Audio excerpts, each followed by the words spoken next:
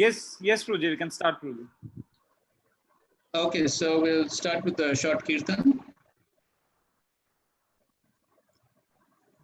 I will on my video only for a maybe short time in the beginning, because the video reduces the bandwidth and then it doesn't go so smoothly. Okay, all right, Prabhuji. Okay. So after I finish the kirtan, when we just begin, then I'll on the video.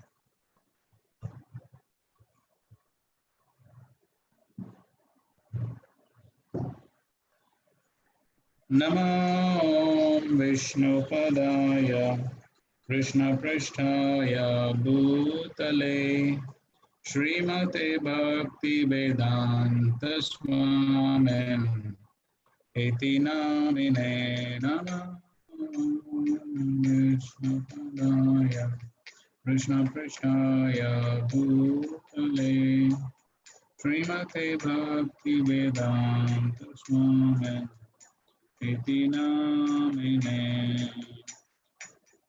Namaste Saraswati Deve Gauravani Prachadine Nirvishesha Shunyavadi Pashatya Deshatarine. Namaste Saraswati Deve Gauravani Prachadine Nirvishesha Shunyavadi Pashatya Deshatarine.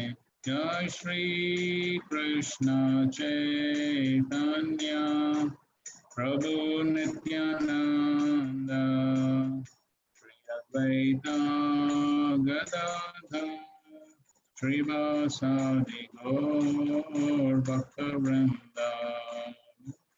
One of you can respond. Yes, Prabhuji. Jaya Shri Krishna Chaitanya Prabhu Nityananda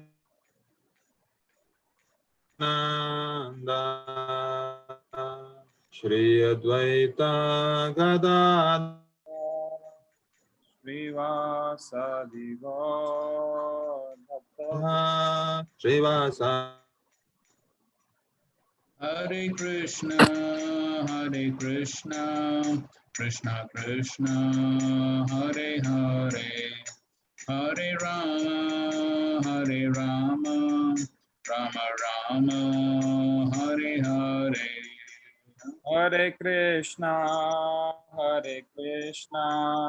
Krishna Krishna, Hare Hare, Hare Rama,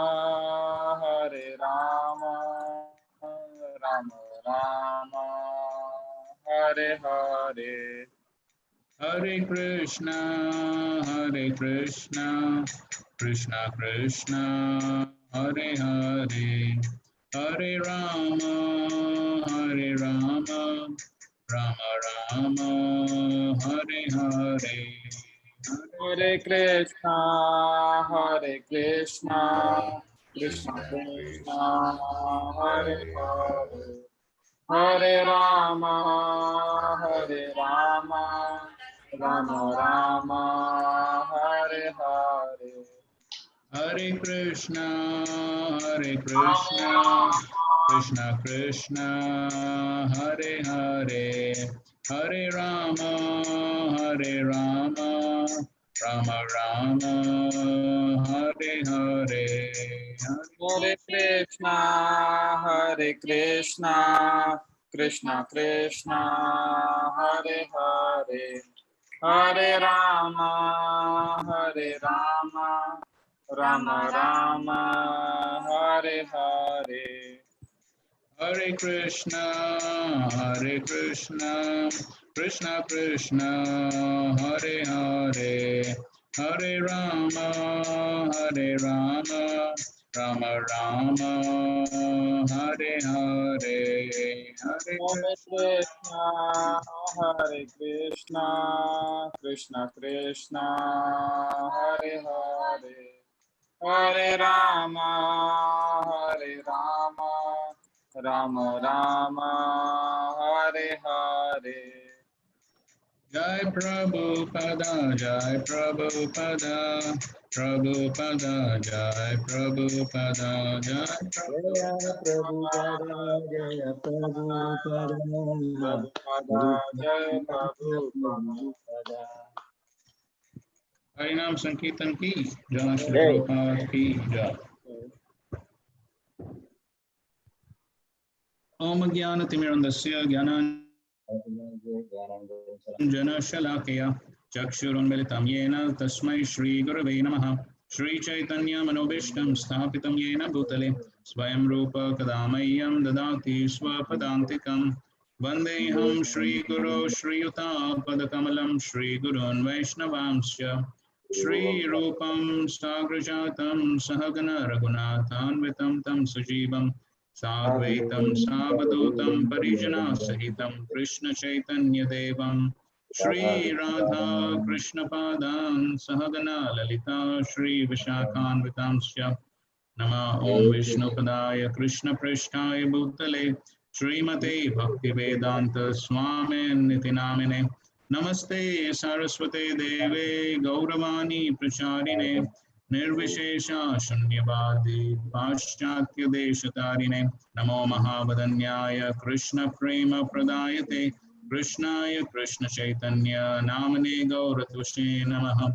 He Krishna Karuna Sindhu Dinabandhu Jagatpate Gopesha Gopika Kanta Radha Kanta Namostate Tapta Kanchana Gaurangi Radhe Vrindavaneshwari Vrishabhanu Sute Devi Pranamami Hari Priye Vancha Kalpatarubhyascha Kripa Sindhubhya Eva Cha Patitanam Pavanebhyo Vaishnavebhyo Namo Namaha Jai Shri Krishna Chaitanya Prabhu Nityananda Shri Advaita Gadadhar Srivasadi Gaur Bhaktivinoda Hare Krishna Krishna Krishna Hare Hare Hare Rama Rama Rama Hare Hare.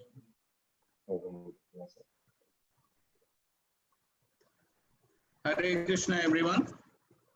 Hare Krishna. Hare Krishna. Hare Krishna. Dandavat pranams to everyone. We hope everyone is keeping good health and everyone is fine. So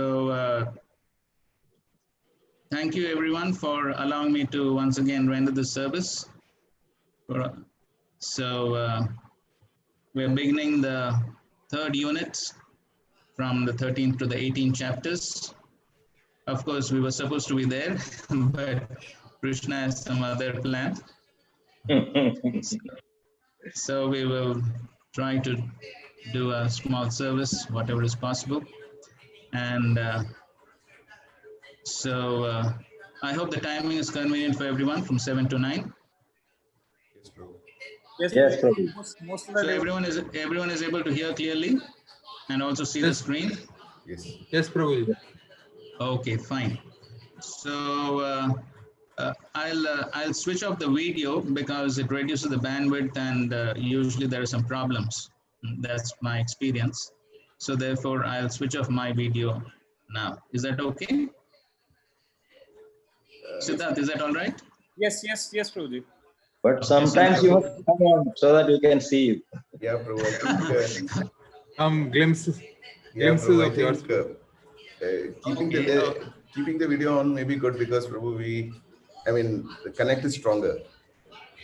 I understand your point, but we were having experience in some of our previous online classes that when the video is on, then it doesn't go very smoothly. In between, there are some interruptions and things like that. So that was our Sure. experience. But if you think that it's better, then I'm okay. What do you say? Maybe we can try and if it goes bad, we can switch off the video. Very good. Okay, fine. If that's what you say, then we can try. Okay, Siddharth, so should I keep the video on? Yes, Prabhuji. As Anantru mentioned, we can have just your video on, and probably all of us can switch off our videos so that bandwidth we save on Okay. bandwidth that way. And let's say if we are facing problems, then we'll turn off the video, Prabhuji. Okay, okay, fine. And Okay, would we that's rec- fine. Prabhuji, Okay. just wanted to ask you one thing. Like, let's say, how would you like to conduct the sessions, Prabhuji? In terms of, should everyone would be on mute? And let's say if anyone has any questions, should they wait for end of the class, or when you ask, then they should ask, or that raising the hand option is there, Prabhuji? No, we will ask for questions. So when I ask for questions, that time devotees can unmute and ask for questions. Otherwise, till that time, it's best to keep everyone can be muted. All right.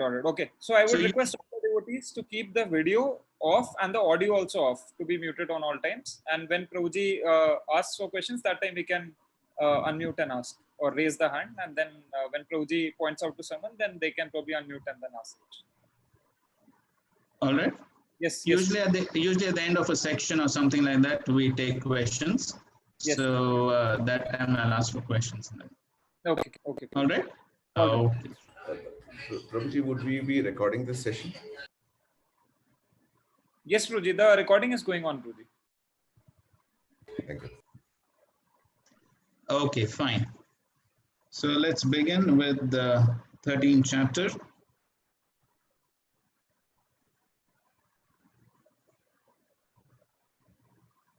Nature, the enjoyer, and consciousness. Unit aim. This unit aims to deepen the student's understanding of the workings of the three modes of material nature, Sattva, Rajas, and Tamas, as described in chapters 13 to 18 of Bhagavad Gita as it is. And the unit aims to help students identify the symptoms of the three modes and become more aware of how these modes may be influencing them. Okay, so this is the main theme of this last 6 chapters of the Gita, and that is how the living entity is entrapped by the three modes, and what are the symptoms of the influence of the three modes, and how one can be liberated from the influence of the three modes. So that's the essential theme. And so therefore, this section is called the section on Gyan Yoga, because that's the essential aim of the Jnanis. The essential aim of the Jnanis is to become liberated from the material influence. And so therefore, this section is called as the Jnana section, because that's the essential theme that Krishna is speaking about. And that is how the living entity is influenced by the modes and how one can get out of that influence. And as devotees, that's important for us also, because we also want to get out of the influence of three modes and ultimately come to the transcendental platform of Shuddha Sattva. So that's our aim also. And so therefore, the section is very relevant for us as devotees as well. Okay, the unit aims to recruit students with skills required to elevate themselves to Sattva Guna, ultimately transcendence. Overview of chapter 13. So 1 to 7, Kshetra and Kshetrajna. 8 to 12, the process of knowledge. 13 to 19, the object of knowledge. 20 to 26, Prakriti, Purusha, and the union. And 27 to 35, Jnana Chakshusha, the vision of knowledge. So let's go to the first section and the first verse. Kshetra and Kshetrajna.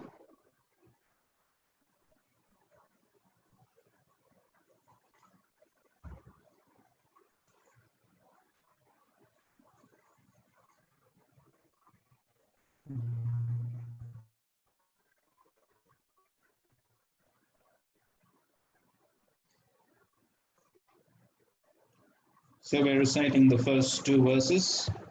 Arjuna uvacha prakritim purusham chaiva kshetram kshetrajnameva cha etad veditum ichchami jnanam gneyam cha keshava. Shri Bhagavan uvacha idam shariram kaunteya kshetram iti abhidhiyate etad yo vetti tam prahu kshetrajna iti tadvidaha. Arjuna said, "My dear Krishna, I wish to know about Prakriti, nature, Purusha, the enjoyer, and the field and the knower of the field, and of knowledge and the object of knowledge. The Supreme Personality of Godhead said, this body, O son of Kunti, is called the field, and one who knows this body is called the knower of the field. So basically, here Arjuna is asking about 6 subject matters, namely Prakriti, Purusha, Kshetra, Kshetragya, Jnanam, Gneyam. So these are the 6 things Arjuna is saying that I want to know about. Etad Veditum Ichchami. So I wish to know, to understand about all this. So then the question may be raised as to why is Arjuna asking all these questions at this point of time? So what is the connection from the previous chapters? So this is Vishwanath Thakur's commentary on the verse. Says, let me offer my respects to the Lord's Bhakti, which by its mercy resides within jnana and other processes to a small degree in order to bring about success in those processes. The last 6 chapters of the Gita,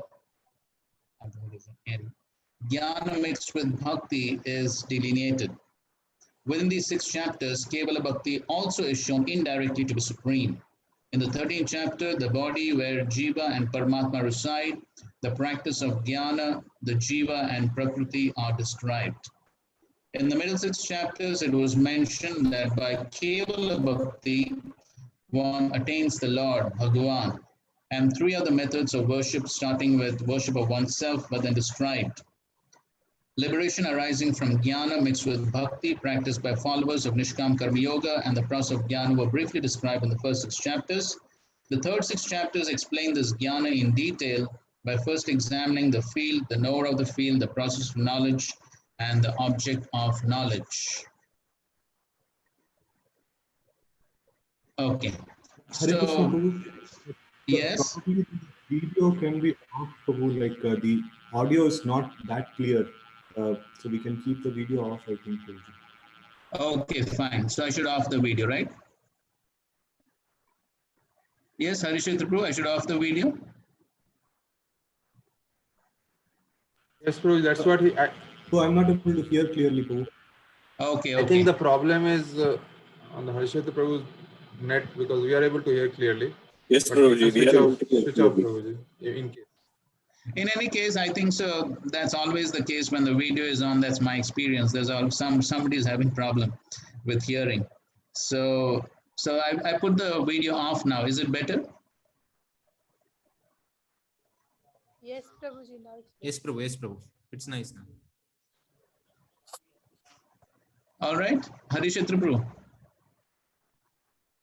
Yes, Prabhu. Now it's better, Prabhu. Okay, fine. Okay, so in any case, the hearing is more important than seeing. That's it. So basically, the connection between the previous chapter and the 13th chapter, as told by the acharyas, though it's not mentioned over here, some other acharyas have commented and said that probable connection between the 12th chapter and the 13th chapter is in the 6th and 7th verses of the 12th chapter. Krishna has said, Tesham aham samuddarta mrityu samsara vartmani. So there Krishna has said that I will personally come and pick up one from the ocean of birth and death. And so therefore, Arjuna, he wants to know how that is possible, how one can be liberated from this cycle of birth and death. So that's one possible connection. And the other possible connection is told, that is, if you see the 12th chapter, 12th verse, then Krishna says that if you cannot take to this practice, then engage yourself in the cultivation of knowledge. Better than knowledge, meditation, and so on. And so therefore, Arjuna is taking a humble position, and he's thinking that, okay, I'm not qualified for bhakti, So therefore, let me first of all cultivate knowledge. Let me take to the process of Gyan first and then make gradual progress. So therefore, he's first of all, he's asking all this knowledge so that he is acquainted with how it is possible for one to get liberated from the influence of the modes and the material existence. So these are the two possible connections that acharyas are given between the 12th and the 13th chapter. I repeat, so the first connection is the 6th and 7th verses, where Krishna has said, Teshamam samuddarta mrityu samsara vartmani. And so therefore Arjuna may ask, how can one get liberated from the material existence? And the second connection is in the 12th verse of the 12th chapter. Krishna also says that if one cannot take directly to the process of bhakti, then one should cultivate knowledge. And so therefore Arjuna is thinking that, okay, let me first cultivate knowledge. So that's the connection stored between the 12th and 13th chapters. Okay. Fine. So now Krishna begins to answer these 6 questions of Arjuna, the 6 subjects that Arjuna wants to know.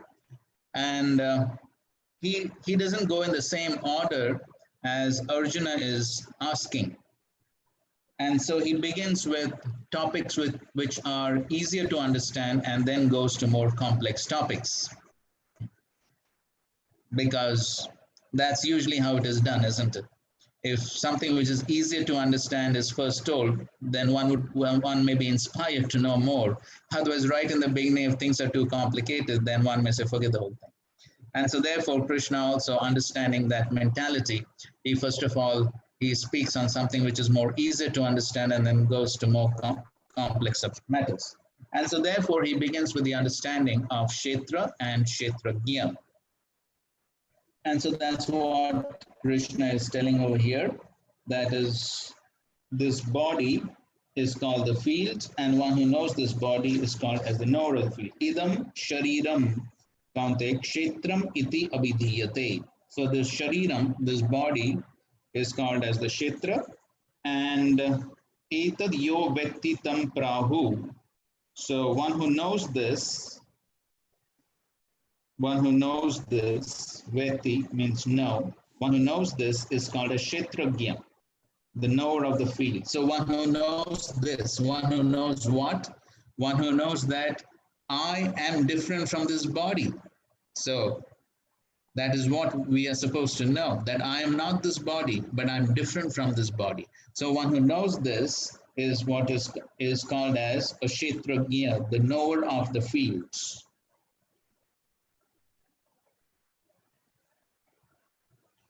So I'll read a few lines from Srila Prabhupada's purport.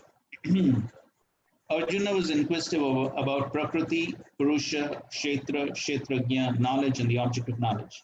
When he inquired about all these, Krishna said that this body is called the field, and that one who knows this body is called the knower of the fields. This body is the field of activity for the conditioned soul. Okay, this body is the field of activity for the conditioned soul. So now the question could be raised as to why this body is called a fields or a kshetra. Okay, anybody would like to try and answer? Why is the body called a kshetra or a field?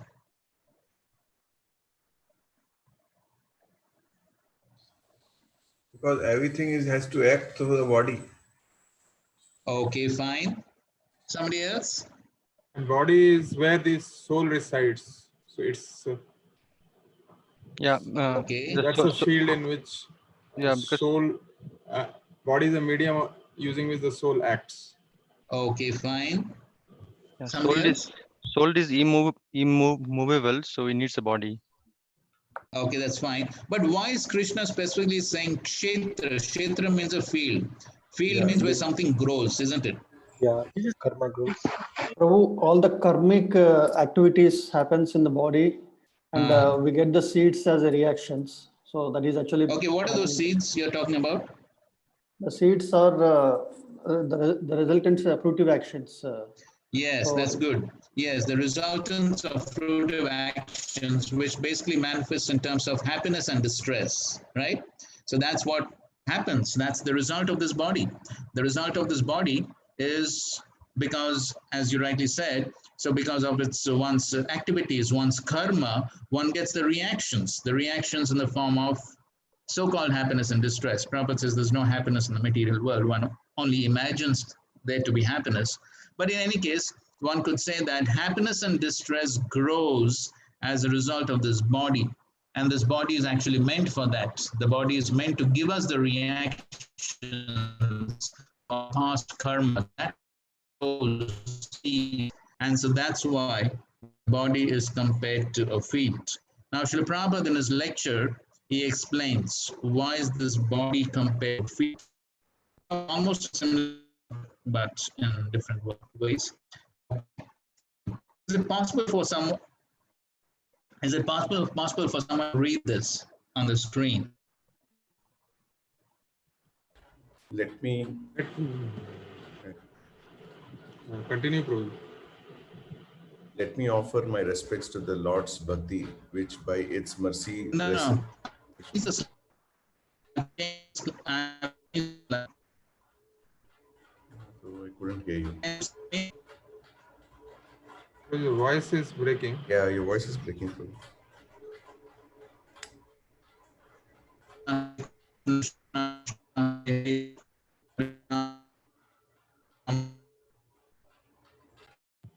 Sorry, Prabhuji, voice is not there.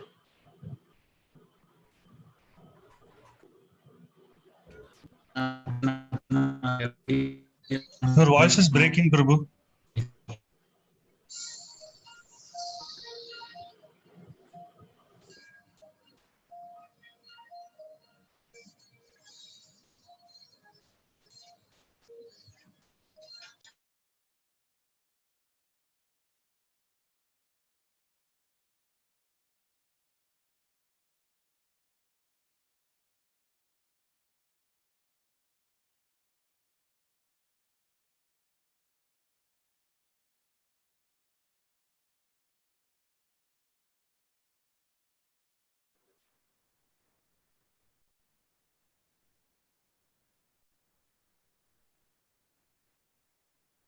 Hare Krishna, Prabhuji.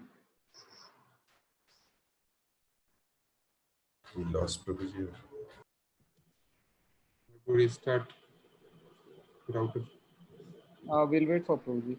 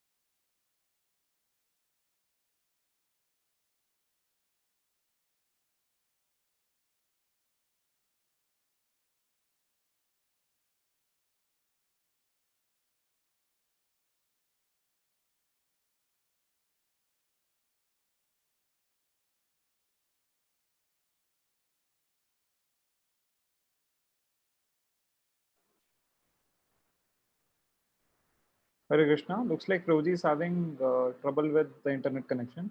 We are trying to get him on board again. Sure, Prabhuji.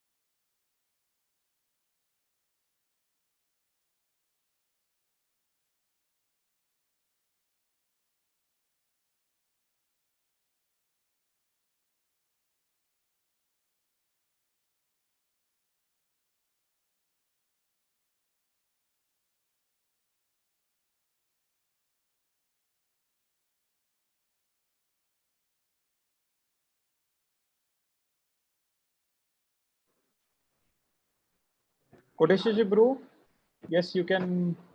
Start करते हैं प्रभु जी.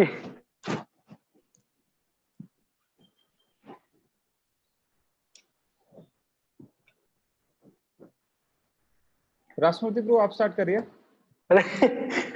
मैं करूँगा सब भाग जाएंगे. Haribol, like I spoke to Prabhu, he will come back very soon. Okay, Prabhuji. He's trying to get the connection back. Okay, Prabhuji.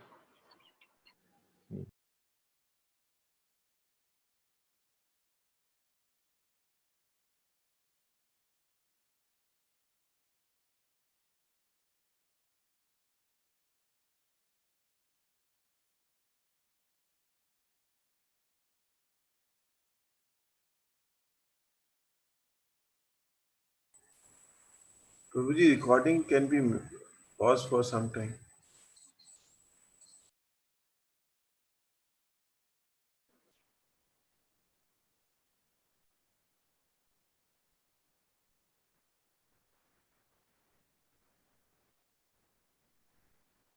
Yes, Prabhu, looking at that.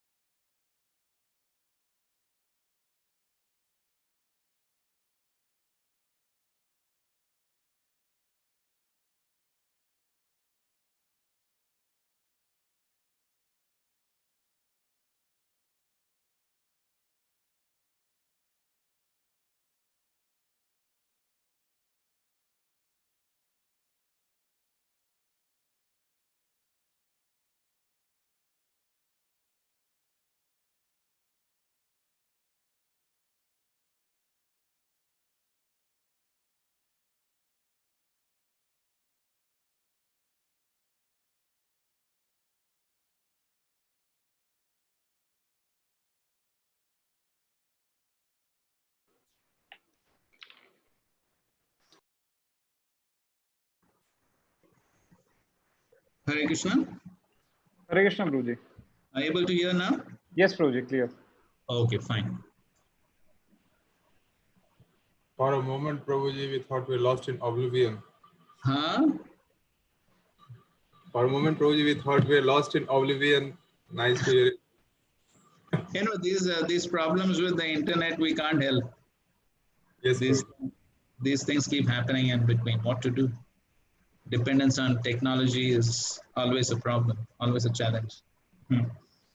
So anyway, we'll try to do our best. What to, because there's no other option.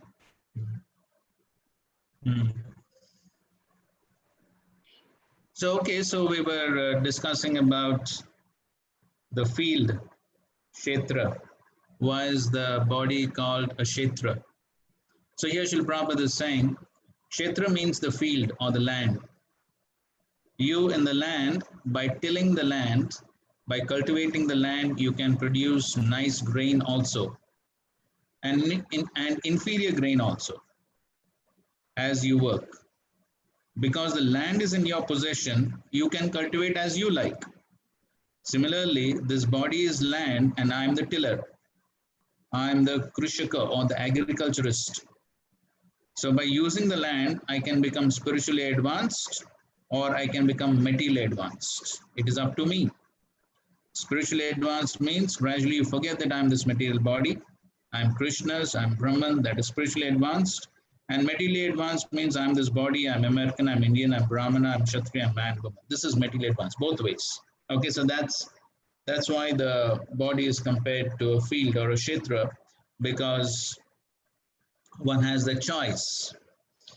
One has the choice what to grow on the field. That's what Prabhupada is saying here. So because I'm the tiller, then I have the choice what I want to grow. So then I have the choice whether with this body, I want to become materially advanced or spiritually advanced. So based upon what I do or how I use this body, which is in one sense like a machine. Later Krishna will say that. Yantra Rudani Maya. So the body is like a machine, a yantra. And so therefore, it's up to me how I use it. It's all based upon my desire. It's all based upon how I utilize this body. And so therefore, the body is compared to a kshetra or a field. And then, of course, based upon how I use the body, then I'm going to get happiness or distress.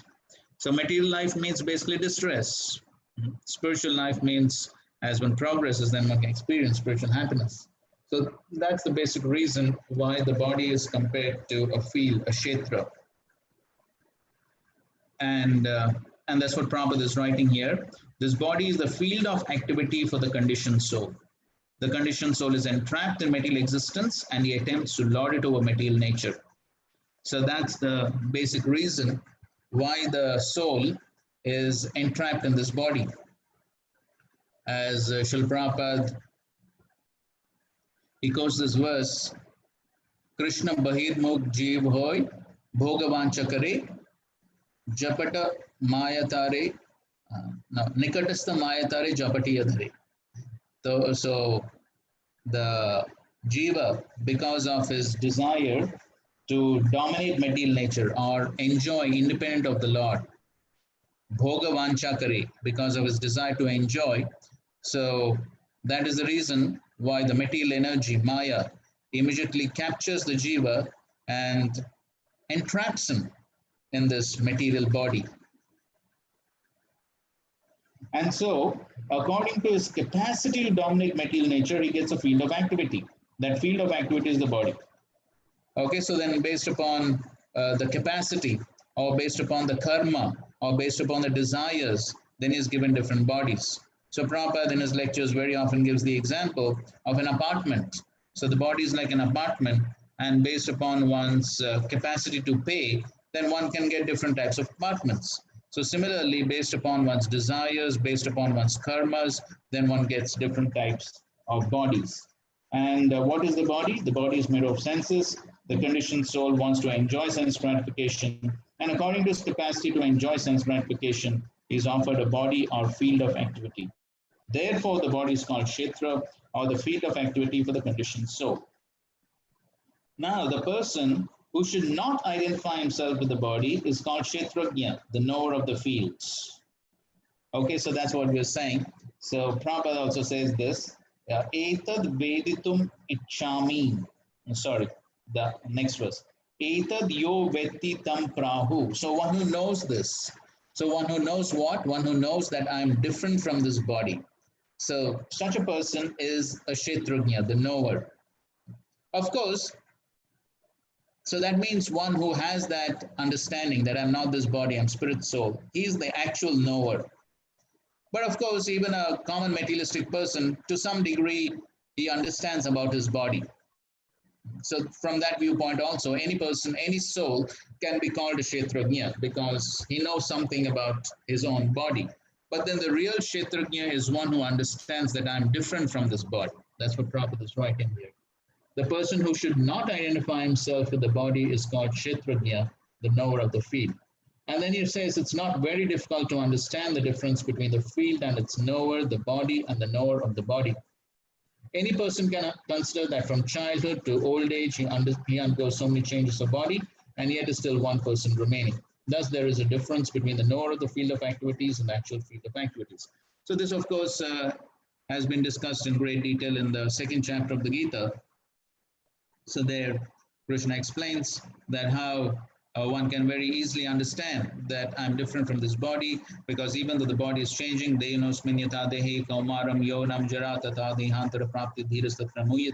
so even though the body is changing, so one understands that I am the same.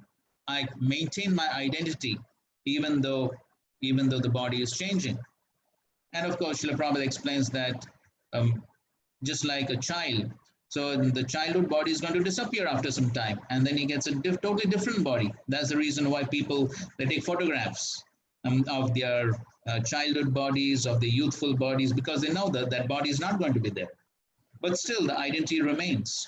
And then Srila Prabhupada again gives that simple example, that simple understanding, that we all can understand that I'm not this body. So we say it's my body, my finger, my hand, my leg. So we don't say I body, I hand. So that's how we can understand that I'm different from this body. And so one has to have that proper understanding. If one doesn't have that understanding that I'm different from this body, then as the Bhagavatam says, yes,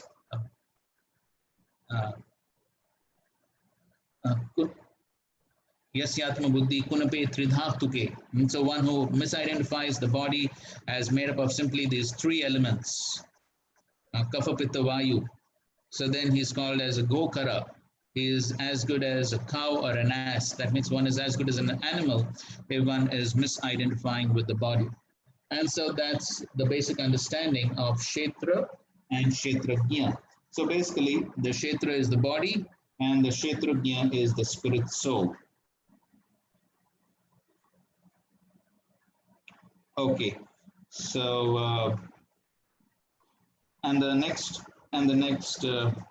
paragraph of the purport Srila Prabhupada is basically summarizing the first 6 chapters and the middle 6 chapters and the last 6 chapters. He's summarizing the whole thing. Okay, fine. So now we go to the next verse. That is the 3rd verse. Kshetrajnam chapi mam viddhi sarva kshetreshu bharata kshetra kshetrajnayo jnanam yattaj jnanam matam mama.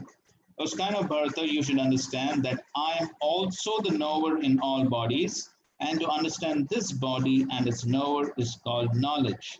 That is my opinion. So here Krishna is saying, Kshetrajnam cha api. So here, the word cha is very important because Krishna is indicating that there is one more Kshetrajna, there's one more knower of the body. And who is that? Mam. So Krishna says, I am the other Kshetrajna, I am the other knower of the body. And Viddhi Sarva Kshetreshu. But this Kshetrajna, that is Krishna himself, Mam, what does he know? He knows Sarva Kshetreshu. He knows about all the fields. He knows about all the bodies. And so he says that Kshetra, Kshetrajnayo, Jnanam. So what is real Jnana? So the real knowledge is to understand the Kshetra and the Kshetrajna. So one who understands this knowledge about the Kshetra and Kshetrajna is actually in knowledge. That is Matam Mama, that is my opinion, Krishna says.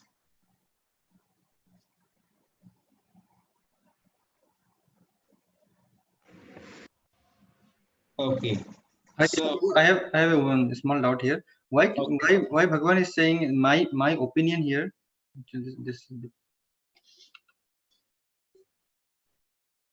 Fine, as we will see in the verses later also, and in quite a few places you will find Krishna.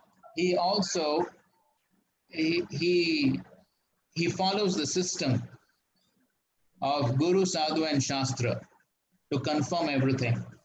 So yes, so Krishna here, he is like the Guru, and he's saying this is my opinion. And very soon we will see, he also says what the Shastra says and what the Sadhu says. Okay, so Krishna also follows the system, even though he's the Supreme Lord himself, but then still he sets the standard as to how one should confirm everything with Guru, Sadhu, and Shastra. And so therefore here he's saying, this is my opinion. And so as a Guru, for Arjuna, he's definitely the Guru. And so he's saying, that is my opinion. Very soon he will say, what is the opinion of others? Is it all right? Yes, Prabhuji. Thank you very much. Okay, fine. So, can you read? Can you read from the third paragraph? The Lord says. Yeah, and the Lord says, I am the knower of the field of activities in every individual body. The individual may be the knower of his own body, but he is not in knowledge of other bodies. The Supreme Personality of Godhead, who is present as the Supersoul in all bodies, knows everything about all bodies. He knows all the different bodies of all the various species of life. A citizen may know everything about his patch of land, but the king knows not only his palace, but all the properties possessed by the individual citizens. Similarly, one may be the proprietor of the body individually, but the Supreme Lord is the proprietor of all bodies. The king is the original proprietor of the kingdom, and the citizen is the secondary proprietor. Similarly, the Supreme Lord is the supreme proprietor of all bodies. Okay, fine. So here, Prabhupada is giving an example that just like a citizen may know about his patch of land, but Krishna knows just the king. The king knows about the whole country. That means everyone's land. So similarly, the jiva may know to some extent about his own body. Prabhupada explains that it is not possible for us to know even everything about our own body. How we eat, but then after eating, what happens, how the digestion takes place, how the nutrients are assimilated, absorbed. So I don't know everything about my own body even. How the hair is growing, how the nails are growing, how the different organs are functioning. I cannot understand. I'm sure we all have experience. Even the body that I have, I'm not in full control of my own body. I can eat, but we all have experience. Sometimes digestion doesn't take place, and so many problems. So even the body that I have is not in my control. So I do not even know completely about my own body, forget about others' bodies. And then Srila Prabhupada explains that I do not, to some degree, I can understand the pleasures and pains which I'm experiencing, but I cannot understand the pleasures and pains which you are experiencing or somebody else is experiencing. I do not know. But Krishna, he knows everything. He knows every thought of every jiva. Everything Krishna knows. And so therefore, Krishna knows about all the bodies of all the jivas in the entire creation. Krishna knows everything. So that's the difference between the two Kshetrajna. So I'm also Kshetrajna. I'm also the knower of this body. But Krishna, he is the knower of not only this body, but all the bodies. So that is the difference between Krishna and the individual Jivatma, the soul. And so, therefore, as Prabhupada is explaining over here, the king is the original proprietor of the kingdom, citizen is the secondary proprietor. Similarly, the Supreme Lord is the supreme proprietor of all the bodies. So as Prabhupada gives the example of the apartment. So I may be staying in an apartment, but I'm not the proprietor of the apartment. Maybe I'm staying on rent. So if I'm staying on rent, then I'm not the proprietor of the apartment, then the proprietor is somebody else. And anytime I could be kicked out. So similarly, Krishna is the actual proprietor. So I may think I'm the proprietor, but I'm not the proprietor, because at any moment I can be kicked out of this body. There's absolutely no guarantee. So therefore, I am not the owner of the body, but I'm simply an occupier or a tenant. The real proprietor, the real owner of the body is Krishna. So in the next paragraph also Prabhupada writes that the body consists of the senses. The Supreme Lord is Rishikesh, which means the controller of the senses. He is the original controller of the senses, just as the king is the original controller of all the activities of the state. The citizens are secondary controllers. The Lord says, I am also the knower. This means that he is the super knower. The individual soul knows only his particular body. Okay, so that's the difference. So I may be to some degree a knower of this body, but Krishna is the super knower. And then further down, Prabhupada writes that what is perfect knowledge? Perfect knowledge of the constitution of the body, the constitution of the individual soul, and the constitution of the super soul is known in terms of Vedic literature as jnana. That is the opinion of Krishna. Okay, so this is actual perfect knowledge to understand about the body, the spirit soul, and the super soul. Understanding all this is perfect knowledge. So knowledge is not simply some technical education, as Srila Prabhupada so many times explained in his lectures. So technical education is, as Prabhupada says, simply craftsmanship. So it is simply meant to earn a living. So somebody may be an electrician or something else, but that's simply meant to earn a living, but that's not real knowledge. So real knowledge is this, to understand about the body, about the spirit soul, and about the super soul. This is real knowledge. And so therefore, if one doesn't have this real knowledge, actually one is not in knowledge. And therefore we find that's the situation of most of the people of the world, and that is the cause of all the problems of this world, is because people are not in knowledge and they don't know how to utilize this body that has been given to them. Okay, so further down Prabhupada writes that one who does not understand the field of activity and the knower of activity is not in perfect knowledge. One has to understand the position of Prakriti, Purusha, and Ishvara. So one has to know the distinction between all these three. So one should not confuse the three in their different capacities. One should not confuse the painter, the painting, and the easel. Okay, so here again, Prabhupada is giving another analogy here. There is the painter, the painting, and the easel. I hope you know what's the easel. The easel or the canvas on which, or the stand on which the painting is made. So now, who is the painter? The painting is the Ishvara. The painter is the Ishvara, the super soul. So he is the painter. And the painting is the Jiva, because the Ishvara controls the Jiva. And where does the Jiva act? Just like where is the painting? The painting is on the easel. So similarly, the Jiva acts within the Kshetra, within the body, made up of material nature. So that's Prakriti. And so therefore, that's the distinction between the three. There is Ishvara, there is the Jiva, and there is Prakriti. So there is the painter, the painting, and the easel. So Prabhupada explained that one should not confuse the three. So one has to understand the position of all these three very distinctly.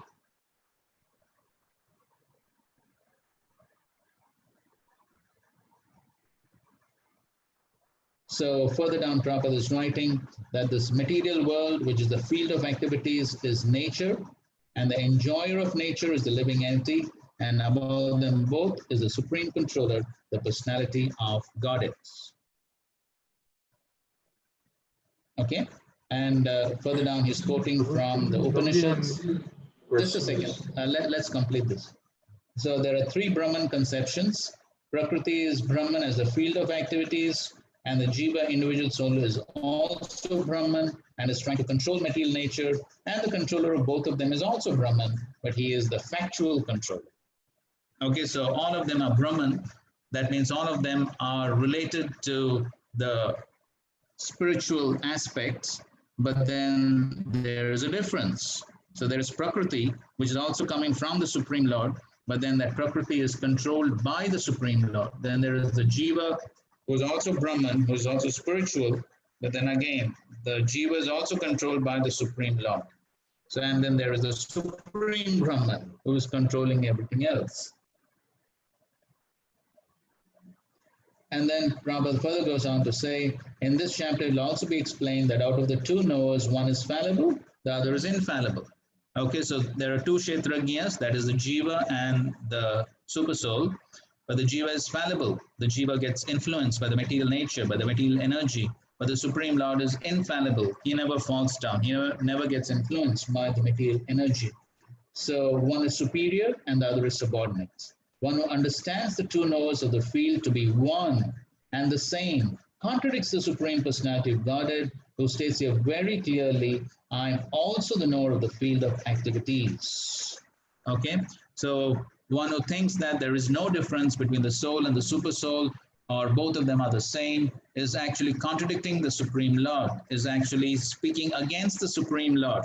The Supreme Lord is saying there are two Kshetrajñas, there are two knowers of the field. So there is the Jiva and also there is the Super Soul. So there are two Kshetrajñas, very distinctly, Krishna is saying here.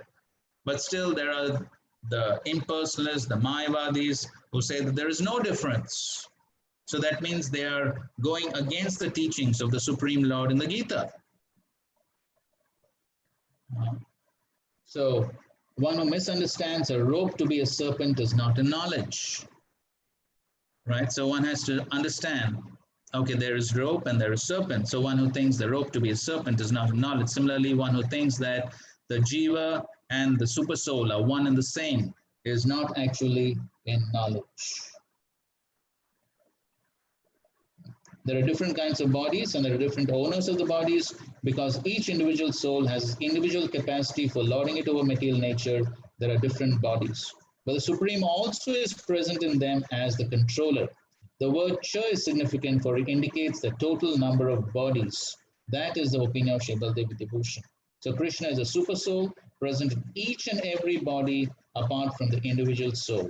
And Krishna explicitly says here that real knowledge is to know that the super soul is a controller of both the field of activities and the finite enjoyer. So one has to understand that there is the Jiva, there is the Super Soul, and that there is Prakriti, the material nature. And all of them are different. And the Super Soul is controlling both the Jiva and Prakriti, the material nature. So one has to have a proper understanding of all this, then only one can be said to be in proper knowledge. So not being in proper knowledge, then there are philosophers, of course, the gross materialists, they don't even accept the presence of the spirit soul. They think I am this body. And the goal of life is sense gratification, simply enjoying this body. And there are other philosophers like the Mayavadis who say that yes, there is Jiva and there is the Supreme Lord, but then the Jiva is same as the Super Soul, and at least they think that after liberation, the soul merges into the Super Soul. And so therefore there are all these misconceptions, but Krishna is very clearly explaining all this over here. And so one who understands all this is actually in knowledge. And so therefore Srila Prabhupada very much condemned the Mayavadis who think that the soul and the Super Soul are the same. How is it possible? It is common sense. So I know only to some extent about my own body. I don't know about what's happening in somebody else's body. So Prabhupada also gives the example that if I pinch my body, I get the pain. You don't get pain. So I know something about my body, but I don't know what's happening in your body.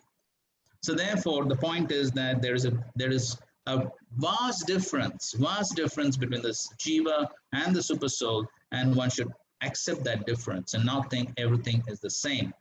And so therefore, of course, there are so many points of differences between the soul and super soul, which definitely may have been covered in the previous discussions.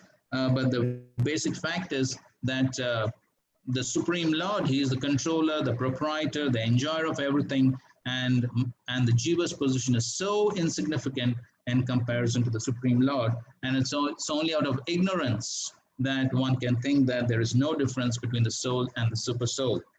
And so actually it's a great offense to think like that.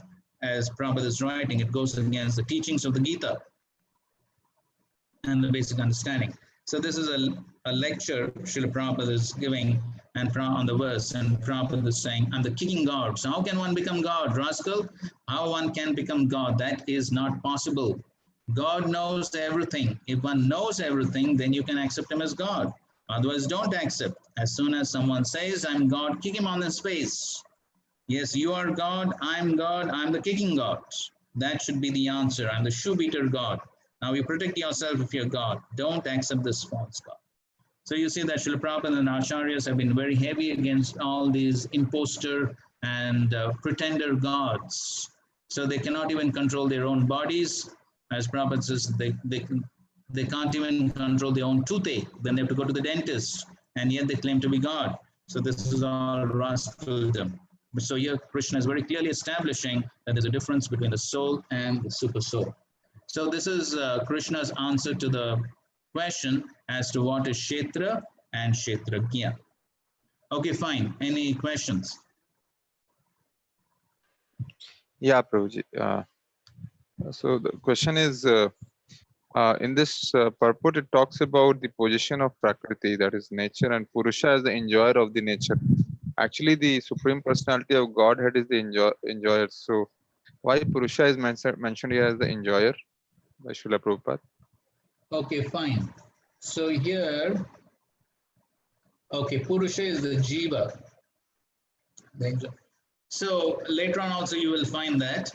So when we discuss about Purusha, so Krishna refers to both the jiva and the Supreme Lord as the Purusha. Why? Because the jiva is not actually the Purusha, he is not the enjoyer, but he has come into this material world to try and enjoy. So at least he imagines that he is the Purusha, he imagines that he is the enjoyer. He is the false enjoyer. He is not the real enjoyer. The real enjoyer is the Supreme Lord. But because he has come into this material world with the idea to try and enjoy the material world, that's the purpose for his coming into the material world. And so because he is trying to enjoy the material world, therefore he's also called as Purusha. But he's not the real Purusha, he's the imitation Purusha. And when we talk about Purusha, then we will discuss this in more details. Is it okay? Yes, Prabhuji. Fine. Probably one question that we have this Jnana Yoga, and you told that even it is useful for devotees because we also want to come out of the influence of three modes of nature. But then Bhakti Yoga is sufficient enough for us to come out of three modes of nature. So why Jnana Yoga is necessary in that sense? Yes, of course, we are not going to practice Jnana Yoga or something, but then and of course, Krishna also, he speaks about the three modes, and he speaks, ultimately he gives the same solution. What is the solution to come out of the influence of three modes? That he tells later on. Mam Chiya Vicharina Bhakti Yogena Sevate Sagunan Samatitetan. So the solution is Bhakti, right? The solution is Bhakti. But the concept of becoming liberated from the modes, that's the basic goal of the Jnanis. That's why it's called as the Jnana Yoga section, because the Jnanis essentially want to be free from the influence of the modes and merge into the Supreme. So that is their goal. As far as we are concerned, definitely our process of becoming free from the influence of modes is Bhakti, and that's what Krishna also says. But the topic is called Jnana because basically the topic is talking about liberation from the three modes. So therefore it is called as the section on Jnana. We are obviously not talking about the process of Jnana, but the essential concepts, and that is liberation from the modes. That's it. Is it okay, bro? Thank you, Prabhuji. So, Prabhuji, one thing which is common is the liberation from the three modes. Yes. The Gyan Yogis also want to get liberated from the three mode, but merge is a different goal. But Yes. as devotees also, you want to get liberation from, from the Yes, three modes of liberation from the attention. three modes. That's correct. Okay. Okay, Why, anyone else? yeah, why here Prakriti is given as a Brahman? Because we know like Jiva and Supreme Lord are pure spirit. So Yes. they compared to Brahman. Why Prakriti is also compared to Brahman here? Yes, so Prakriti is Brahman as the field of activities. So yes, in one sense, what is the origin of the Prakriti? The Prakriti is also originating from the Supreme Lord, isn't it? And Prakriti is also the external energy of the Supreme Lord. So because Prakriti is also coming from the Supreme Lord, so therefore the Prakriti can also be called as Brahman. All right? Okay. So Prabhuji, in that logic, then everything come from the Supreme Lord. Then everything is Brahman. Can you say that?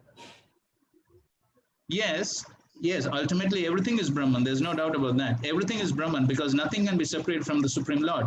So therefore, there is that Vedic aphorism, Sarvam Kalo Idam Brahma. It is said everything is Brahman. It is correct. So everything is Brahman, but why? Because there is nothing in creation which is not related to the Supreme Lord. So therefore, everything is Brahman. But in what is there which is not related to the Supreme Lord? Everything is related to the Supreme Lord, but yet there is a difference.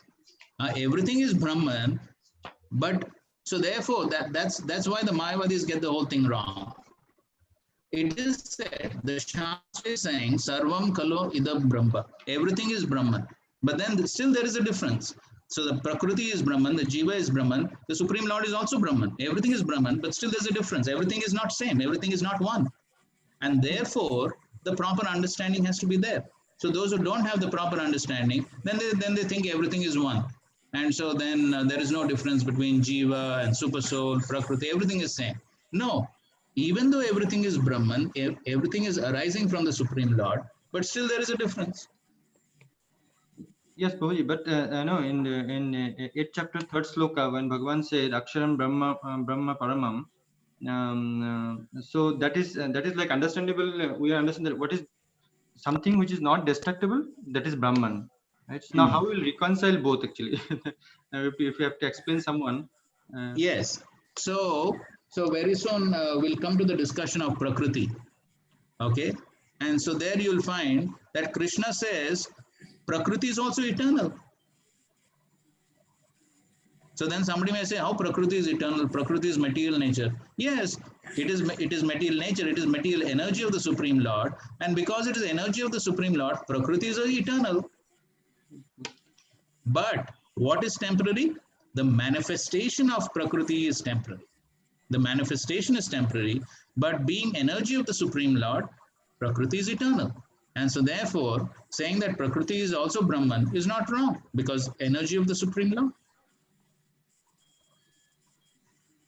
But due to the presence of the Brahman, we get the senses. So accordingly, can we say that Prakriti is also having senses? Prakriti is referring to material nature, isn't it? And so yes, so the body is given by Prakriti, and the body has senses.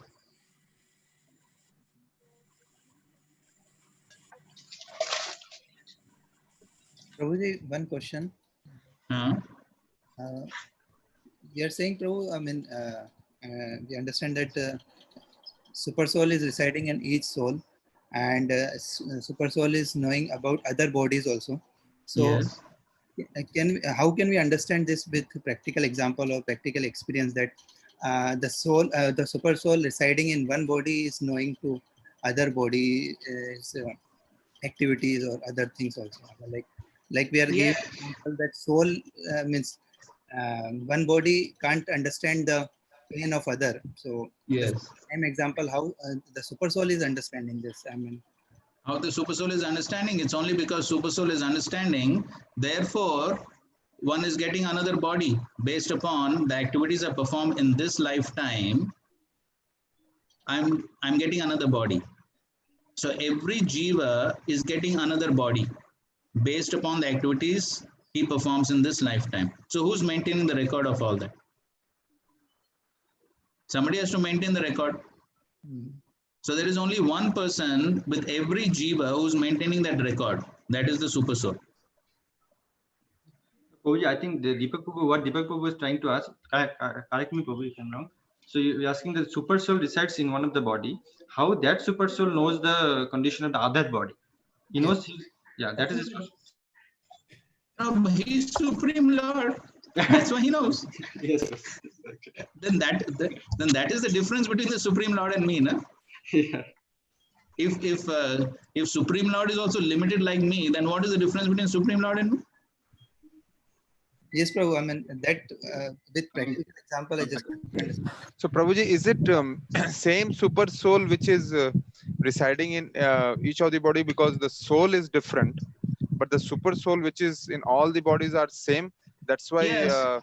That's why we know he knows all about all the bodies. Yes, That's the point. Yes, super soul is the same Shirodaksha Vishnu expansion. Yeah. Prabhuji, I have a question. He is expanding to each. Prabhuji, one of you decide who's going to speak, please. Deepak Prabhu is speaking, I think, and Karthik Prabhu. yeah. Shall I proceed, Prabhu? Yeah, Prabhu. Just a minute. Siddharth Prabhu, you can mute everyone, and then if anybody raises hand, they can be unmuted by you, and they can ask question. So that will be a nice thing. So now Karthik Prabhu can ask the question. After that, Siddharth Prabhu will mute everyone. He will unmute Vamsivadan Prabhu. Then after that, whoever raises hand, he'll be unmuted. So now Karthik Prabhu can go ahead. Okay, Prabhuji, we will follow that. Thanks, Prabhu. Prabhuji, you said the material energy of the Lord is permanent, but only the manifestation is temporary. Correct. So we should understand why Prakriti is also called as eternal. But the purpose of material energy, material world is for the soul to come and enjoy, and then understand that this is not the place, and then go back. And we understand the first soul, why the soul has come is because he wanted to enjoy separately. Soul is a eternal one, no beginningless. Then the purpose of the material energy itself comes at that point in time where the souls wanted enjoy separately. So is it a predetermined one that this is going to happen, and that's why material energy was also there as a beginningless? Okay. Can we reserve this discussion for a little later when we discuss about Prakriti, because that whole discussion about Prakriti and Purusha is going to come. So many of these points will be discussed at that time. Is that all right? Okay, Prabhu. Okay. Prabhuji, next is Hemnathan Prabhu.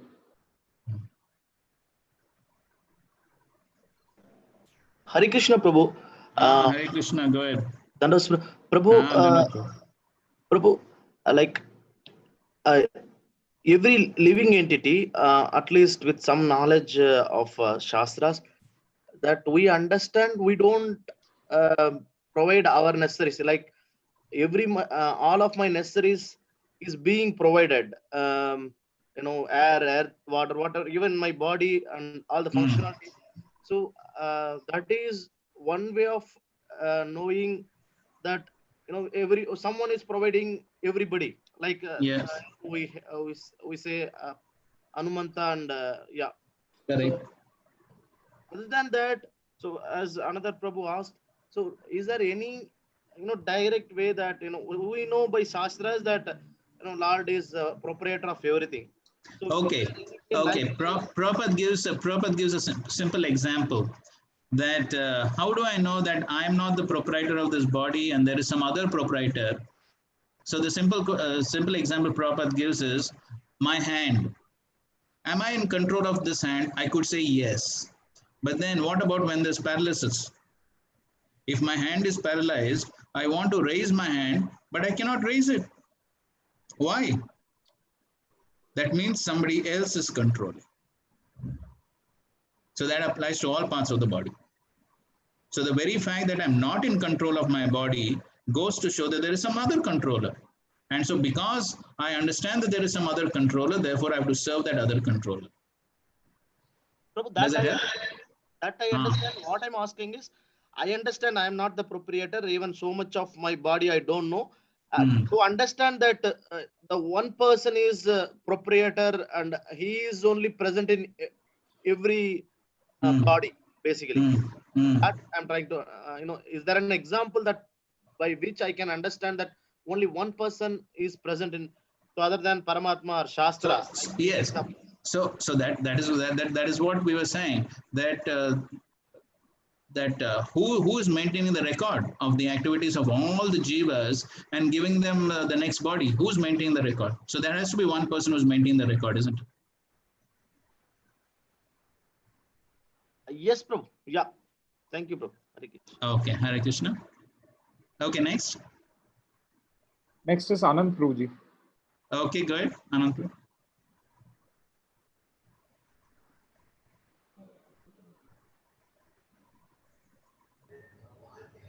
Yeah, can you hear me, Prabhu? Hare Krishna. Yes. Yeah. Prabhu, in most of the analogies, we tend to see far more descriptive elements. Say, for example, like when we consider this analogy of Kshetra, Kshetrajna, etc., the three modes of material nature, false ego, intelligence, mind, etc., like those aspects don't seem to be covered. So how do we understand that? Which aspects? Like getting into mind, intelligence, false ego, three modes of Okay. That's coming very soon. You just hold on. Very soon, Krishna is going to speak about all that. Okay. Thank you so much. Okay, next. We have Kartikeya Prabhu now. Hare Krishna Prabhuji, Dandavat Pranam. Hare Krishna, Dandavat Kartikeya Prabhu. Prabhu, this in the second verse, we see that when the question was in the first verse, when the question was asked, so Prakriti and the field, they are asked as two different questions. And then the Lord is answering that this body is the field. And when it comes to the purport of the third verse, so here Prabhupada is saying this material world, which is the field of activities. Material world is? The field of activities. Correct. So this was the doubt from a long time. I couldn't get a very satisfactory answer.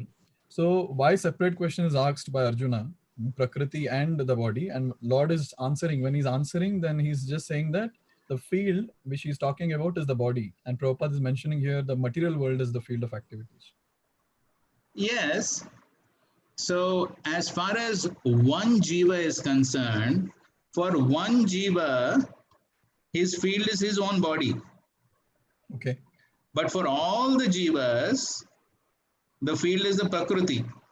Because all the bodies are where? All the bodies are in Prakriti. So even if one says the field of activity for a jiva is Prakriti, it is correct.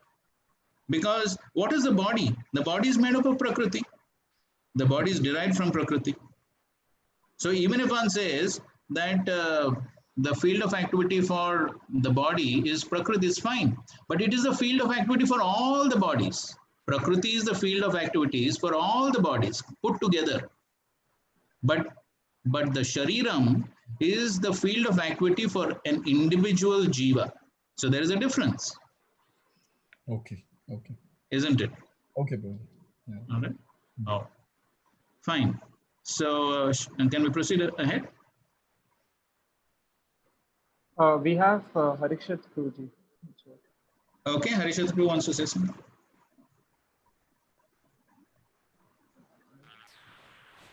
So can we just mention that as this, if somebody is going to office, so he has office as the field of activity and his desk is also his field of activity. Okay. So like that body and Prakriti you can... Okay, one could say that. One could. That's it. Okay, fine. Okay, so now we'll proceed ahead with the fourth verse. Let's recite. Tatshetram yacha yadrikcha yadvikari yatascha yat Sachayo yat prabhavasya tat samasena me shrinu. Now please hear my brief description of this field of activity and how it is constituted, what its changes are, whence it is produced, who that knower of the field of activities is, and what his influences are. So now, till now the Lord has just defined what is Kshetra and what is Kshetrajna. Now Krishna is saying, I'm going to give you some more information about the Kshetra. So what all information is going to give, that is describing in this verse. So this, I suppose, is from Surrender Unto Me. So Krishna raises 5 points in this verse, which he will elaborate on later in this chapter. First is how the body is constituted. That is the first thing he says is yat tat kshetram yat cha. So yat cha yadrik. So what is this? So what is the constitution of this body, of this kshetra? That is the first thing. And it says the answer is given in text 6. And the next thing is, he says, yat vikari. What are the changes the body undergoes? That is explained in text 7 and 20. And the next is how, when, and where the body is produced.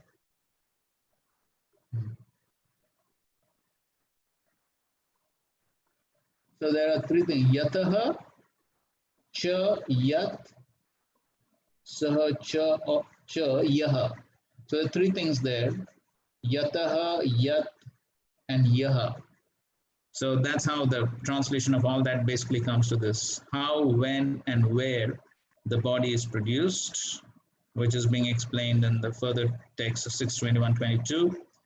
And the 4th one is the identity of the knower of the field of activities.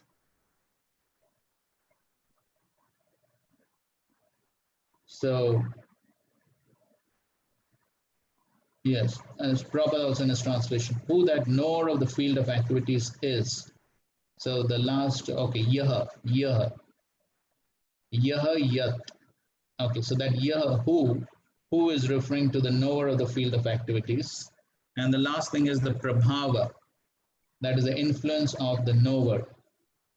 So Krishna says, Samasena. In summary, I will be explaining all these things about the Kshetra and the Kshetrajna.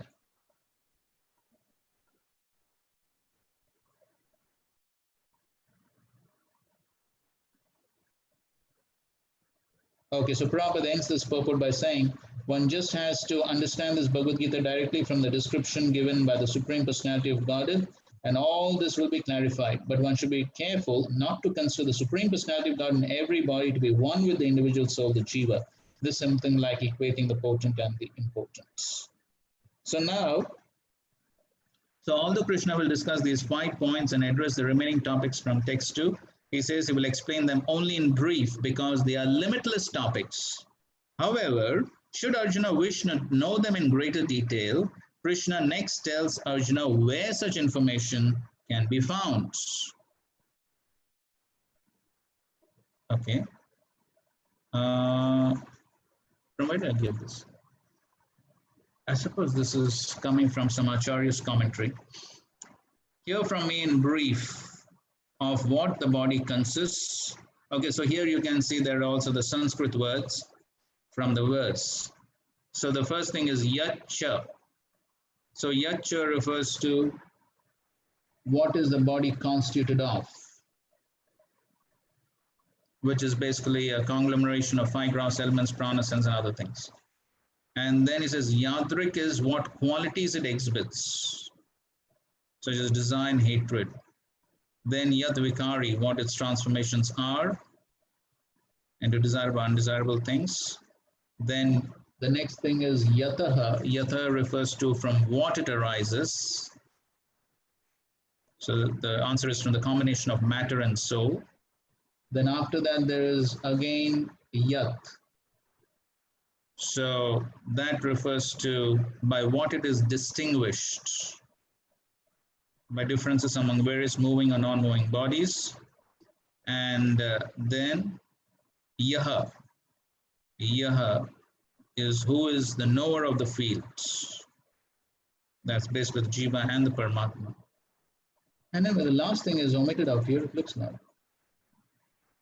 Prabhava, the influence. Okay, maybe it's sort of combined with the last thing. The influence of the knower of the fields. Okay, so anyway, so these are the various subject matters Krishna says that he's going to further explain about the Kshetra and the Kshetrajna. Okay, so now we go to the 5th verse. Rishabir Bahuda Gitam Chandobir Vividai Pratak Brahma Sutra Padesheva Hetumatbir Vinishchitai. That knowledge of the field of activities and of the knower of activities is described by various sages in various Vedic writings. It is especially presented in Vedanta Sutra with all reasoning as to cause and effects. So here, as I was describing before, so here Krishna is saying that it's not only I who am speaking all this, but this knowledge has also been described by Rishabir, by the sages. And it is especially presented in the Vedanta Sutra, Brahma Sutra Padesheva. So that's how Krishna is also substantiating what he's speaking from Sadhu and Shastra. So he's like the guru, and so he's also substantiating what he's speaking from the other sadhus and the Shastra. So even though he is the Supreme Lord, he's following this protocol or this etiquette of how whatever one speaks must be confirmed by Guru, Sadhu, Shastra. And so he's following that, that sort of system.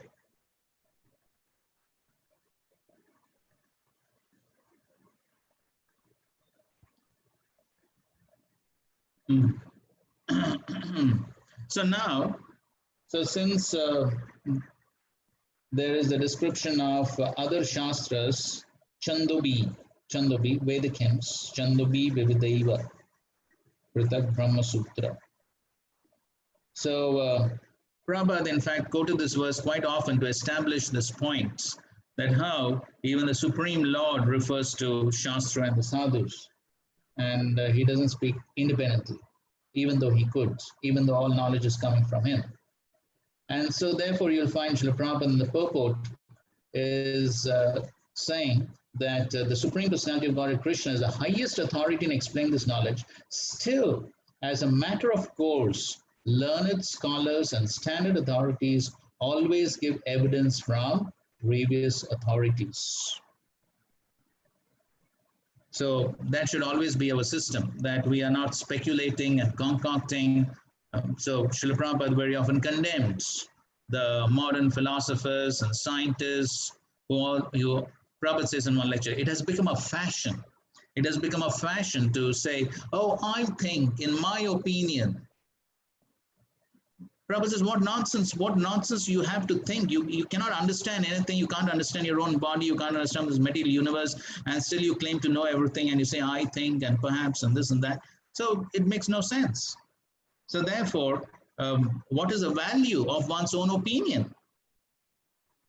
And so the important point is we should be careful about mental concoctions and speculations and I think and you think. So as Srila Prabhupada himself said, that whatever the devotees should be like lawyers, and whatever they speak, then they should be able to give references.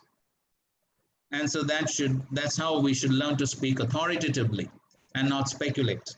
And so therefore, Krishna himself is following that system, just to give an example, to teach an example to all of us how we should be speaking.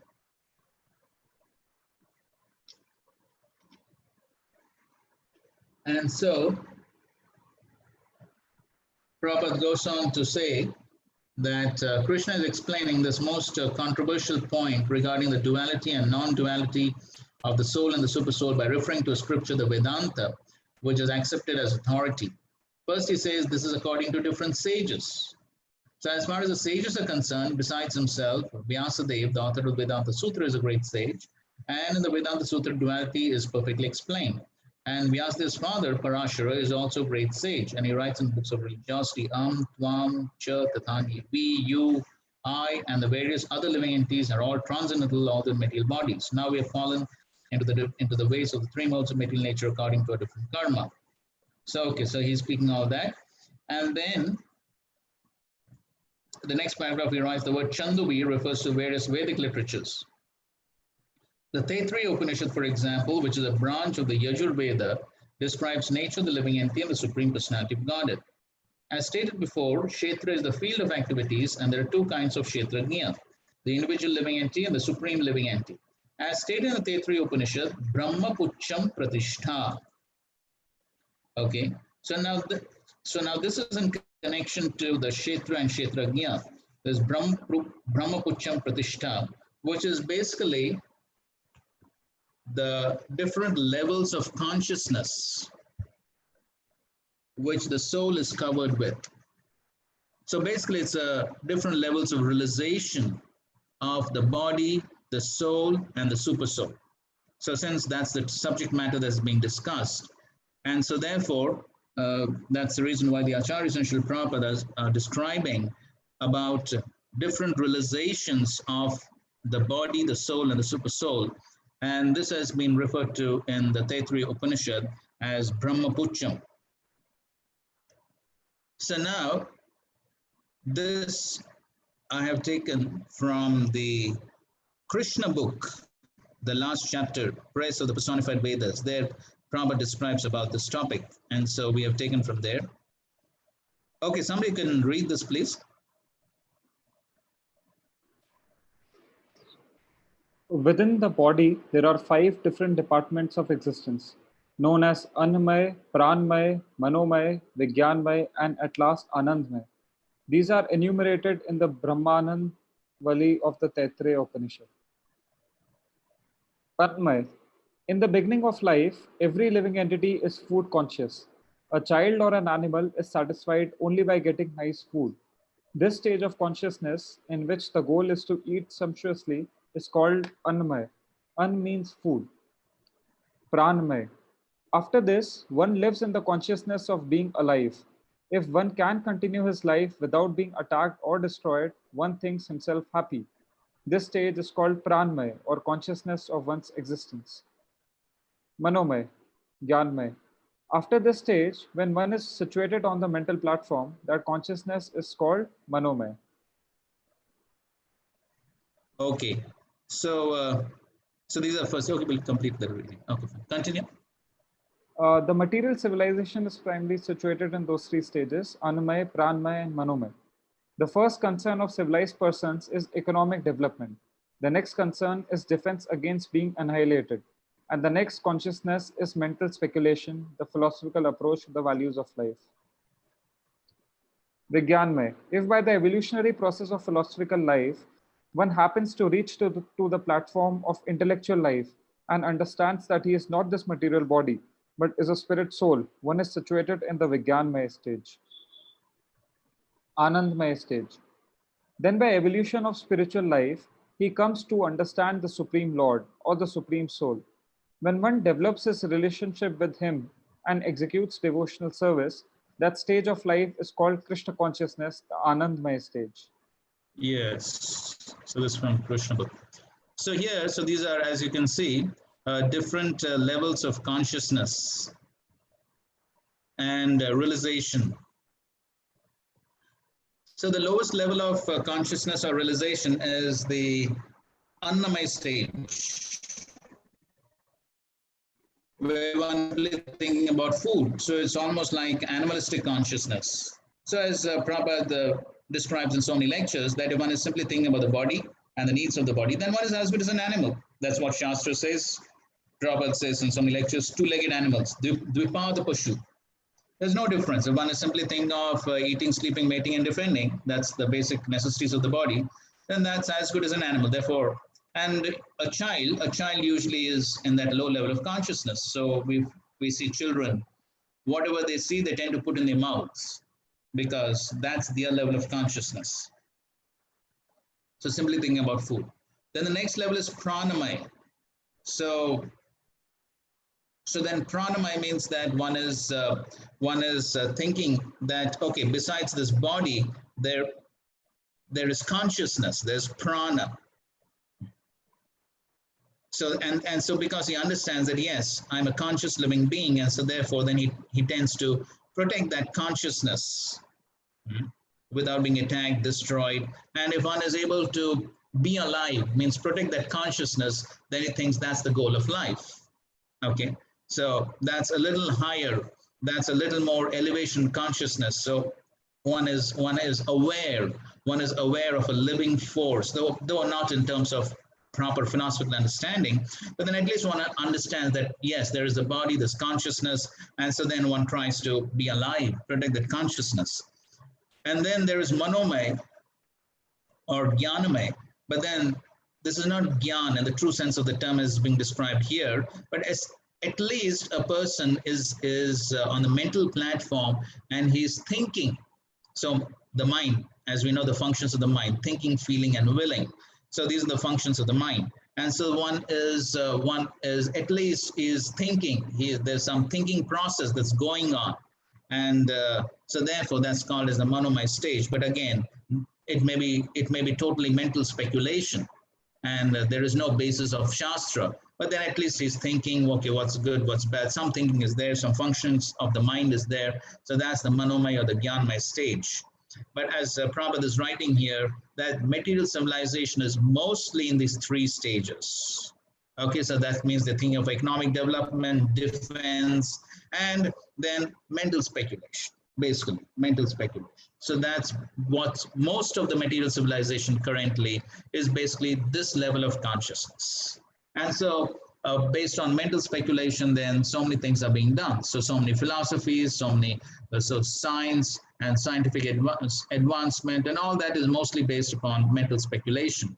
And so basically the entire material civilization is based on these three stages.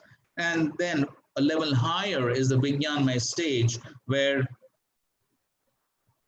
one actually comes to an understanding and a realization that besides this body, there is the spirit soul. Okay, so that realization, that is the Vijnanamaya stage. So that's a higher level of realization where one is rising above the bodily concept of life. And so that's very rare. So as Krishna himself is saying in the Bhagavad Gita, Manushanam sasreshu kashyad yatati siddhaye yatadam api siddhanam. So somebody who understands that I'm not the body, I'm spirit, soul, and one is trying to attain some perfection, that's very rare. But then that's the Vijnanamaya stage. And then higher than that, so the impersonalists also understand, and the yogis, the jnanis, they also understand I'm spirit, soul, but then they don't understand the relationship with the supreme soul. So that's the Anandamaya stage, where one understands one's relationship with the Supreme Lord and develop relationship with Him, essentially by the process of devotional service, and then one can actually experience real Ananda. So then that's the topmost stage. So that's the different levels of realization of the Jiva and the Super Soul and Prakriti. So that's the reason why this is being mentioned, because this in connection to the topic and the discussion. Okay, so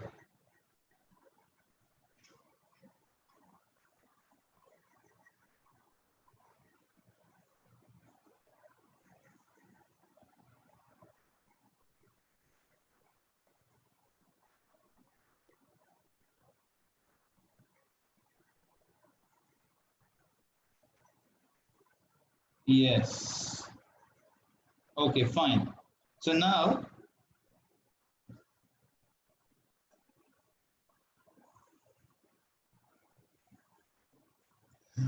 well, we had this group work, but of course, it may not be possible to do a group work, but maybe individually you can do this as homework, and maybe we can have some discussion tomorrow. So, because the concept that is being discussed is the importance of Guru Sadhu Shastra. So what would happen if, so you can note down this question, and you can, if possible, you discuss with others, or you just work on your own, and then maybe we can have some short discussion tomorrow on this. So what would happen if we accepted only Guru without sadhu and shastra, only sadhu, without guru and shastra, only shastra, without guru and sadhu. Okay? So the three possibilities. If we accepted only guru or only sadhu or only shastra, what would be the effects both in our personal lives as devotees and also the effects on the entire society of devotees? What would be the consequences? All right, so hope you noted down the question. And so we are going to the last part of this first section, that is the 6th and 7th verses, where Krishna is basically speaking about the vikari. So here in this verse, he is speaking about not only just the vikari, but he is also speaking about the constituents. The first thing, that is the constituents. So what are the constituents of the field? And what are the vikari? What are the changes in the field? So basically he's answering this in the 6th and the 7th verses. And we're not going to that. Okay. So 6th and 7th verses. Mahabhutani ankaro buddhir avyaktameva cha indriyani dashaikam cha panchachendriya gocharaha ichchadvesha sukam dukkam sangatas chetanadhriti etat kshetram samasena savikaram udharitam. The 5 great elements, false ego, intelligence, the unmanifested, the 10 senses, and the mind. The 5 sense objects, desire, hatred, happiness, distress, the aggregate, the life symptoms and convictions, all these are considered in summary to be the field of activities and its interactions. Okay, so first of all, he's talking about what are the constituents of the kshetra. And so the constituents of the kshetra are, first of all, the Mahabhutani. Okay, so the Mahabhutani, we are aware, we already studied in the 7th chapter, that is Bhumi, Rapu, Nalavayu, Kammana, Buddhi, Evacha. So Mahabhuta basically refers to the 5 great elements, that is Bhumi, Rapu, Nalavayu, Kam. So you can see Prabhupada explained the purport. 5 great elements, Mahabhuta. Then there are false ego, intelligence, and avyaktam, ahankaro, buddhi, avyaktam. So avyaktam refers to the pradhan, which is the unmanifested. Okay, and the unmanifested stage of 3 modes. Then there is indriyani dashaikam. Dashaikam means 11. Dasha ekam means 11. So what are these 11? So there is the Panchachendriya Gochare, that refers to the objects. The Dashekam refers to the 5 knowledge acquiring senses, the 5 working senses, and the 11th is the mind. Okay, so Prabhupada is writing that 5 senses for acquiring knowledge: eyes, ears, nose, tongue, and skin. 5 working senses: voice, legs, hands, anus, and genitals. And then above the senses, there is the mind, which is within and which can be called the sense within. Therefore, including the mind, there are 11 senses altogether. That's what is called as the Shekam. And then there are the 5 objects of the senses: smell, taste, form, touch, and sound. So then now the aggregate of these 24 elements is called the field of activity. That's the Kshetra. So if one makes an analytical study of these 24 subjects, then he can very well understand the field of activity. So now, the 6th verse is basically talking about the constituents of the Kshetra, the constituents of the field of activity. And the 7th verse is talking about the Vikari, the changes in the field. So what are the changes in the field? Ichcha, Dvesha, Sukham, Dukkam. Then there are desire, hatred, happiness, distress, which are interactions, representations of the 5 great elements in the gross body. Okay, so because of the interactions within the gross body, or the interactions of the gross body and the subtle body, basically because of those interactions, then one feels desire, one feels hatred, one feels happiness and distress. So all these are the interactions of the gross and the subtle elements. And then there is a Sangatas Chetana Dhriti. Sangata refers to the aggregate, Chetana means the living symptoms, and Dhriti means conviction. So Prabhupada writes that the living symptoms represented by consciousness and conviction are the manifestations of the subtle body, mind, ego, and intelligence. These subtle elements are included within the field of activities. So that's basically the interactions or the changes within the gross body, subtle body. So then it produces all the happiness, distress, and all this is produced because of the interactions of the gross body with the subtle body. And and the Dhriti conviction is basically a function of the intelligence itself. Conviction. So all this is basically the constituents of the Kshetra and the Vikari, the changes in the Kshetra. So Prabhupada further says that the 5 great elements are a gross representation of the false ego, which in turn represents the primal stage of false ego, technically called the materialistic conception, or the tamasa buddhi, intelligence and ignorance. This further represents the unmanifested stage of the 3 modes of material nature. The unmanifested modes of material nature are called the pradhan. So one who desires to know the 24 elements in detail, along with their interactions, should study the philosophy in more detail. In Bhagavad Gita, a summary only is given. And so, of course, the details are provided in the Srimad Bhagavatam. So anyone who wants to know more details about all this can especially read the teachings of Lord Kapila in the 3rd canto, the Sankhya philosophy, analytical study. So there also Lord Kapila essentially covers the same points. Okay, there also Lord Kapila is going through the analytical study of the body and all the constants of the body, the gross body, the subtle body. So all this is being described in great details by Lord Kapila in the 3rd canto. And so the body is the representation of all these factors, and there are changes of the body, which are 6 in number. The body is born, it grows, it stays, it produces byproducts. Then it begins to decay, and at the last stage it vanishes. Therefore, the field is a non-permanent material thing. How the Kshetrajna, the knower of the field, its proprietor, is different.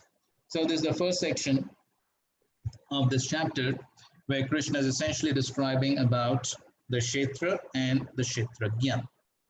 Okay, so we don't have time for further questions on what we discussed. So I think so we can take questions on this part tomorrow and then proceed, because it's already 9 o'clock. Is it all right, Prabhu? Yes, Prabhuji. So Harishad Prabhu, is that all right? Yes, Prabhuji. Yes, Prabhuji, we can do like that. So we can conclude for today and then we can continue tomorrow. All right? Prabhuji, one suggestion. If it is like comfortable with you, like we can actually ask questions on the chat box, and it will kind of maximize the time that we have.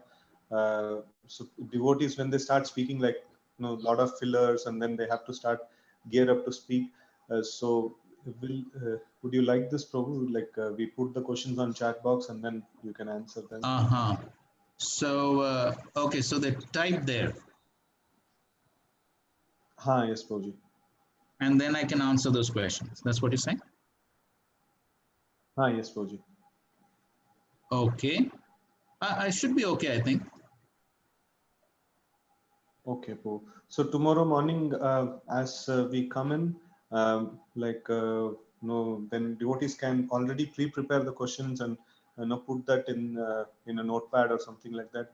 And once Prabhu joins, after Prabhu joins, then only he'll be able to see. After that, whatever comes, only he'll be able to see, so that devotees can paste the questions after Prabhu joins. Then Prabhu can like effectively utilize the time in answering them. Yes, Prabhuji. So this just I want to communicate. Yes, that's fine. That's fine. Okay, fine. So thank you all very much for your kind participation. So we will continue our discussions tomorrow. Yeah. Srila Prabhupada ki jai, Srimad Bhagavad Gita ki jai, Samait Gaur Bhakta Vrinda ki jai. Hare Krishna. Hare Krishna. Hare Krishna. Hare Krishna all. Danda pranam.